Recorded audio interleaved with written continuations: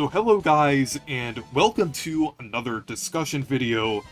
And ever since Wave 5 of the Mario Kart DLC dropped, I was kind of thinking about how Nintendo has really improved the DLC for Mario Kart 8 Deluxe. Like, since Wave 1, things have improved a lot. And it kind of goes to show that Nintendo might actually be listening to criticism and feedback, and it might actually be very important to criticize and give feedback on things that are subpar or lackluster in terms of Nintendo games and everything, since Nintendo is proving that they are willing to improve and willing to change some things in order to make their products better overall. So with the Mario Kart DLC, since Wave 1, things have been improving quite a lot. Like, between Waves 1 and 3, it was kind of a gradual improvement. Wave 2 was pretty good, but there were still a few iffy tracks here and there. But Waves 3 through 5 have generally been pretty great, and all of the tracks have been at least pretty good. So it definitely kind of goes to show that they have been improving the Mario Kart DLC. Like, back in Wave 1, it was actually pretty disappointing for myself and a lot of other people, since it seemed like they were just porting the tracks over from Tour with very few improvements. There were barely any original textures, and they didn't really tweak the models to fit in. So the tracks really felt out of place and didn't really look that great in Mario Kart 8 Deluxe. But ever since then, they've actually been improving the tracks, and now, with Waves 3 through 5, they actually look really good, and tracks like Squeaky Clean Sprint actually look like they fit in with the base game.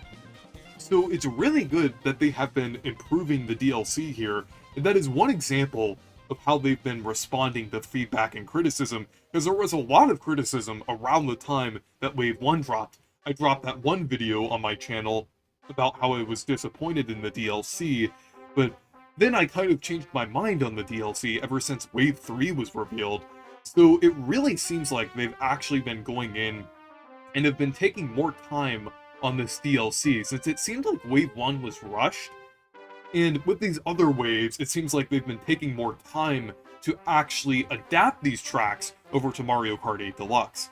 Even though they are based on the general geometry and models from Mario Kart Tour, they've been tweaking that to actually fit the style of Mario Kart 8 Deluxe, and they look pretty good overall. And another thing they've kind of addressed in terms of feedback and criticism for Mario Kart 8 Deluxe is the characters, since they're actually adding new characters in the Booster Course Pass. And characters was one of the biggest flaws people had with Mario Kart 8 and Deluxe. So it's great that they've been adding more interesting characters here, since there were too many clone characters and non-Mario characters in Mario Kart 8 Deluxe. So it's great to see that they're adding more interesting Mario characters here. Some that didn't even appear in Tour first, like Wiggler and everything, though Wiggler is being added to Tour now, but it was a good surprise seeing Wiggler there return from Mario Kart 7, and then also characters like Petey Piranha, Kamek. Kamek was especially great, and then Birdo as well. So Mario Kart was one example of how they've been responding to criticism and feedback, but there's also a few other examples of how they've been kind of doing that as well. It's especially apparent throughout 2023, as it seems like 2023 has been a big improvement over the past couple of years, and that might actually be due to this feedback. So, content updates is another controversial aspect of Nintendo over the past few years. In 2022, got two major releases that were pretty controversial because of that. And that was Nintendo Switch Sports and Mario Strikers. So there was definitely a lot of criticism surrounding those games, but ever since those games, we really haven't gotten an online-centric game that has been lacking in content. Splatoon 3 had definitely had enough content there, and we really haven't gotten too many like online-centric games this year from Nintendo, but that might be due to the fact that they've been taking more time on these online games. That's just a theory. That's not really, like, it's not really actual evidence of that. But it is good that they haven't been pushing out another, like, online-centric game that's lacking in content. Like, they didn't release that rumored Mario baseball game. I know that was just a rumor, but that was possible due to the schedule of Mario sports games that they've been pushing out through the past few years. So, hopefully, with the free content updates, they've been learning from that, and hopefully with the next Mario sports game, or the next online-centric game that they do after Splatoon 3, they actually kind of learn from that and actually have enough content in the game. I know I mentioned Splatoon 3, but that was an example of a game that actually did have enough content at launch, which was good, even though they aren't doing free content updates. I think that is okay in that example, since there was enough content at launch and everything. But one example of the free content updates that they actually have improved on, and this is partially with HAL Laboratory as well, and that is Kirby and the Forgotten Land ditching the free updates that Star Allies had. So, the mainline Kirby games are generally, like, offline experiences, and it didn't really make sense that Star Allies had free updates for the characters that they added, like the Dream Friends. And it wasn't DLC in the traditional sense, so it was kind of weird how they rolled that out. So it was great that Forgotten Land didn't do any of those updates, and that's another example of them responding to feedback, since there was definitely a lot of feedback surrounding Kirby Star Allies and the updates that game had, since all of those Dream Friends should have been in the game from the start, since Star Allies was partially kind of celebrating like the anniversary for Kirby and everything. Then I think it was the 25th. So another thing with a new game releasing this year is Super Mario Bros. Wonder. And that game could be responding to the feedback of the fact that many people were tired of the new Super Mario Bros. Formula and everything. Like with New Super Mario Bros. DS and Wii, I feel like they were original enough to be, like to justify their existence and everything. But 2 and U, well, 2 and U definitely aren't bad games. They are still fun games overall. But I feel like they were too similar to Wii, and definitely had a lot of missed potential for being more original and doing their own thing. They definitely took a little too much from Wii, especially New Super Mario Bros. U, which is basically running on like a modified engine of New Super Mario Bros. Wii, or actually at least reusing the assets from New Super Mario Bros. Wii, if anything, because the tech demo from that game, or like kind of one of the pre-release versions of the game with New Super Mario Bros. Mii, basically reused most of the assets from New Super Mario Bros. Wii. So it's great to see a 2D Mario game that is actually completely original and is doing its own thing. And another example of a Mario game kind of actually doing something better while responding to like feedback and criticism is Mario Party Superstars. Since the previous Mario Party games have been kind of in a weird area of not exactly being what most fans want, Super Mario Party was definitely a step in the right direction. I know a lot of people didn't like that game as much, but I actually enjoyed it. I thought it was pretty fun, and I thought that was good that it brought back the formula of the traditional Mario Party style.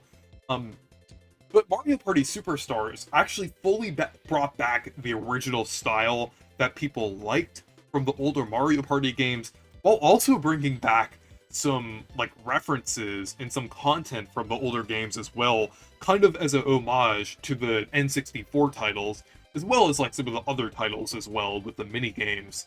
So it was great to see that, like after nearly a decade of all these weird titles, like titles using like different gimmicks, like such as the car or everyone moving at once. That one wasn't as bad, but the car one was definitely a pretty infamous mechanic among a lot of people. I really didn't like Mario Party 10. Like, I know it had that Bowser mode in it, but that kind of got boring since Bowser is like overpowered, and then the car mechanic in both 9 and 10 really kind of removed most of the strategy that kind of complemented the luck in the Mario Party games. So I'm glad they kind of ditched that and returned to the original formula that a lot of people liked. And I hope the following Mario Party games from ND Cube take that formula and kind of expand it in more interesting ways. Like, not to where they're too similar like some of the GameCube entries were, but they kind of make it to where it has that formula, but they're also kind of interesting and stand out from Mario Party Superstars and Super Mario Party as well.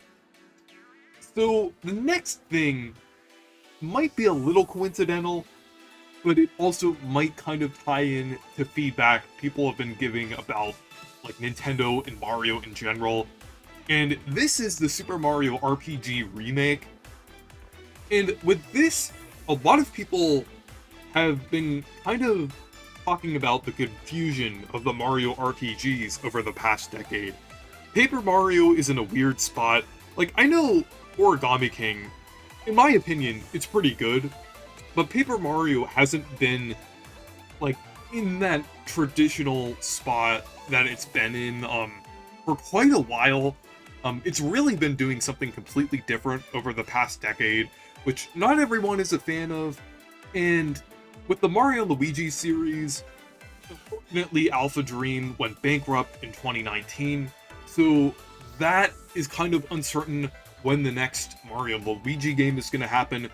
Mario plus Rabbids is partially filling that void, but that game is a different genre. Even though it kind of is an RPG, it doesn't really completely satisfy that Mario RPG fix.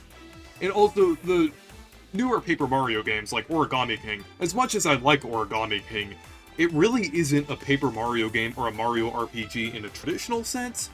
So it isn't really filling in that void of a more traditional Mario RPG like the older Paper Mario games, Super Mario RPG, or the Mario & Luigi series. So it's great to see the Super Mario RPG remake here, since even though it is a remake, it is going to feel fresh since they are adding new mechanics like that new limit break gauge that's on the side that we saw in some of the one trailer that we got in some of the screenshots, and then also some of the other quality of life updates that it's getting as well, and the fact that it's fully remade in HD, that is pretty exciting. So it's great to see something is kind of filling the void of a more traditional Mario RPG. So yeah, it definitely seems like they're kind of listening to the feedback in that aspect, especially since Super Mario RPG is kind of a cult classic. A lot of fans really like Super Mario RPG. Like, over the past 2 decades, there's been a lot of fan content surrounding Super Mario RPG. Like, a lot of people have been wanting Geno in Smash, and, like, I mean, there's also a lot of, like, different things as well from the fans, like the Raised Forest animated music video. That's one of my personal favorites out of Mario RPG fan content. Like the Big Yosh meme, and then also like the sad song and the boss theme becoming memes. Like, there's so much fan content out of Super Mario RPG. Nintendo must have noticed some of it.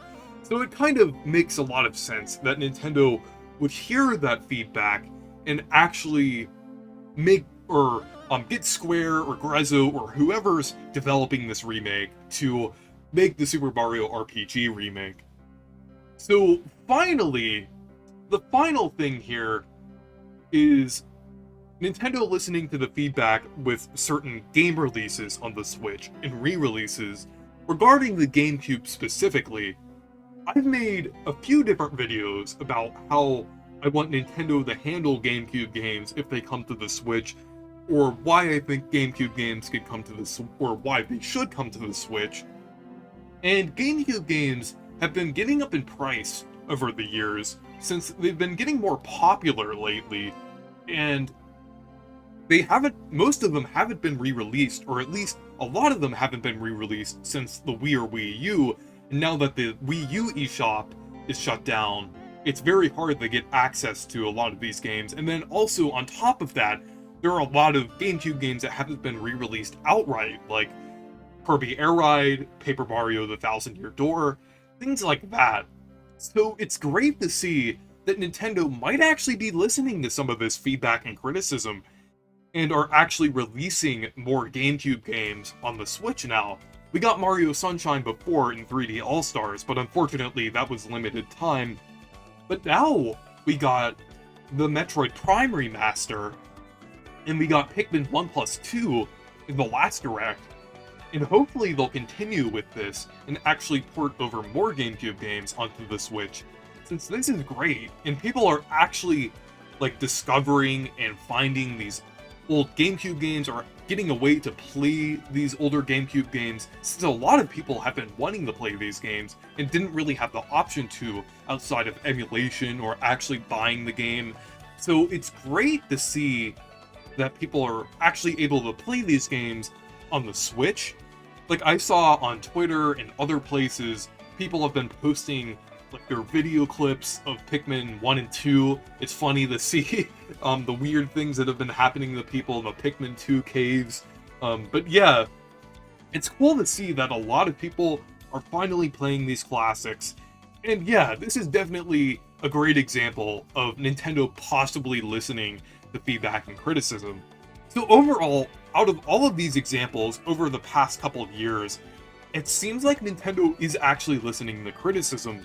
So that's why it's really important to actually give your feedback when there's something that you don't necessarily like about either an update for a game or a new game release. It's always good to kind of give that feedback for anything that you have an issue with or anything that seems to be a problem, since Nintendo is actually capable of improving, and that's great.